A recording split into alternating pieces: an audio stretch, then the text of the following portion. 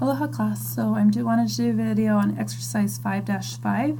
So pretty much it's saying that within the relevant range, 30,000 to 50,000 units produced and sold annually. That's the relevant range. This is the schedule for the company's total and per unit costs over the relevant range. Complete the schedule and then assume that the company sells 45,000 units and the selling price is $16 per unit. Prepare a contribution format income statement for the year. So let's just fill this out. Thinking back on variable costs, right? If it is a true variable cost, we know that it'll be constant on a per unit basis. This is not a per unit basis, this is a total basis, and they told me how many units to produce, or they produced. And so to get it on a per unit basis, I would have to do a cost divided by the number of units. So I know, and this is variable, true variable stays constant on a per unit basis. Every single unit I produce will cost me $6. So when I produce 30,000 units, it would cost me $180,000. To get the total amount at 40,000, this is a true variable.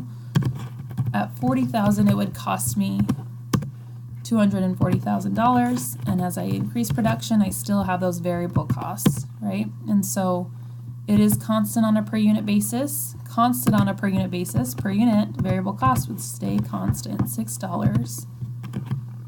$6.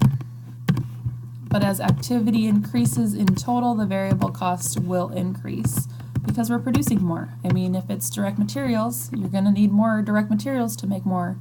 And so, but the direct materials cost for a single unit should stay constant.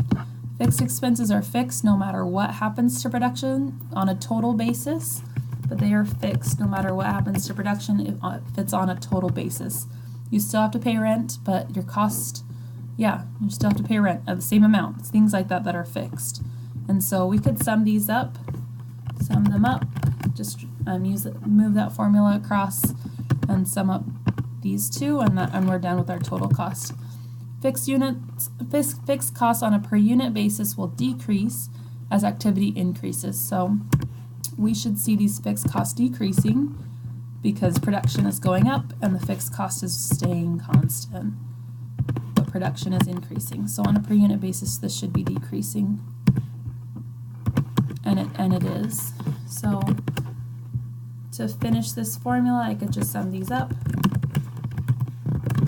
and use that formula across. And so that's filling out the schedule as long as you know what happens with variable and fixed costs, right? And usually we don't do fixed costs on a per unit basis, but you can if it's required.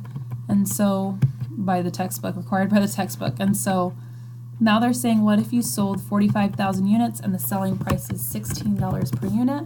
We knew that the variable cost on a per unit basis was $6. Right? We normally do our fixed expenses on a total basis. We don't normally break it down like this.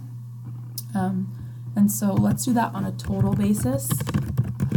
The fixed expenses in total were 300,000 within the relevant range. This is within the relevant range between 30 and 50 because we're producing 45,000 units.